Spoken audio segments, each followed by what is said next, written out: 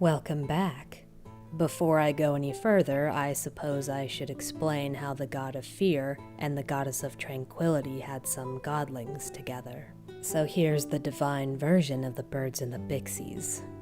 When two gods hate each other very, very much and are fighting over the same realm for eons without gaining ground, they get desperate enough to put forth a portion of their own power in an effort to claim that realm. The portions of power that Quellius and Terris-Thule sacrificed to claim the realm of dreams mixed and spawned two new entities. Morell-Thule, who grants mortals a restful sleep from the demi-plane of dreams, and Terris-Thule, who terrorizes them from the demi-plane of nightmares. So you can thank her for that nightmare. You know the one. It is. I just had to get through 4 other origin stories before I could get to theirs. Now, where was I? Being more like his mother, when Morell saw a fellow godchild suffering at the hands of his sister, he decided to intervene. While he couldn't stand up to his family and free Nathaniel, he was able to steal the gift of life from his sister and flee.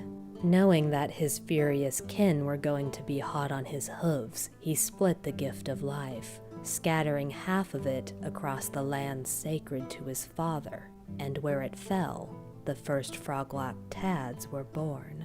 Until this point, the swamp had only ever spawned foul and evil things. But thanks to Nathaniel's gift, when the Frogloks came into being, they reflected the bravery and valor that their father had shown throughout his trials.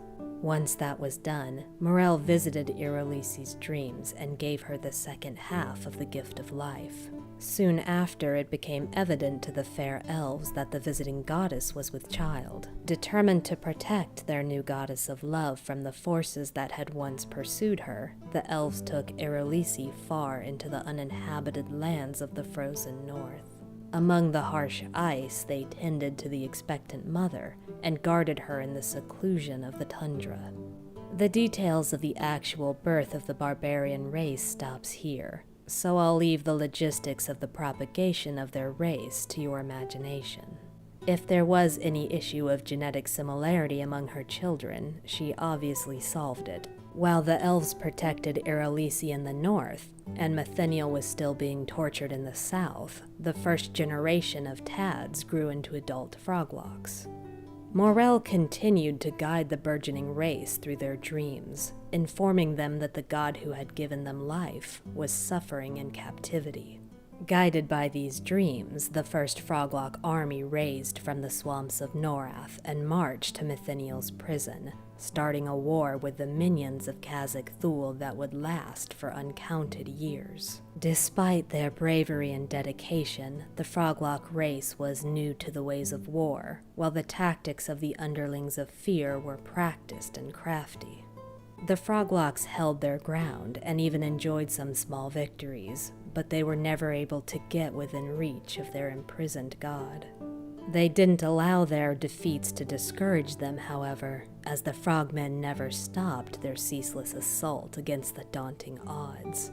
After some years of fighting, a small army arrived on the border of the swamp that was Nathaniel's prison. This army wasn't made up of trolls or lizardmen or even Frogloks, but the ancestor of all man, the hardy Barbarians.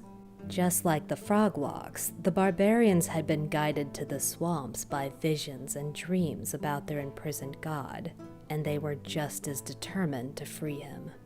The alliance of Nathaniel Marr's 2 races proved enough to tip the scales and break the back of Terris-Thule's army, even defeating the Avatar of Fear. For the first time in the history of Norrath, the swamps were not safe for the evil creations of dark gods. The Frogloks and Barbarians finally reached the trap god's prison, and using the guidance of visions they'd been sent, managed to free him.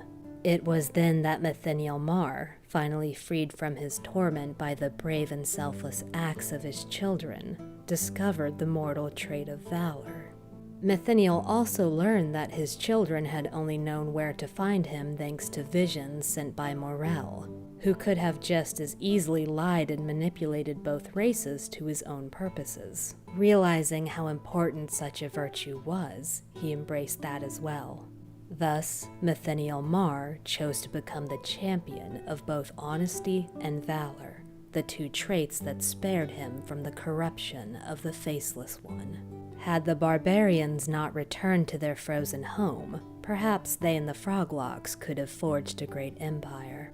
But they say the snow is ever the siren's song to the Northmen, drawing them back to the tundra.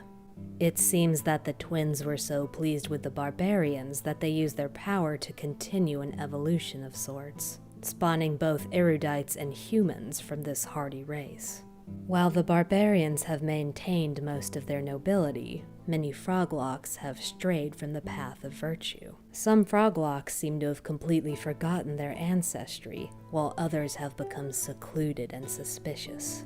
One tribe of Frogloks does seem to have maintained their worship of Metheniel, and appear to have been rewarded with a small evolution of their own, though I'll always prefer their necklace cousins. I found this story in the 2 books From Pawn to Paladin in the Plane of Knowledge library, if anyone would like to check them out themselves. Now, if you'll excuse me, I have to get these books back to the library. The librarian is very strict. Thanks for watching, stay safe, and I'll see you next time.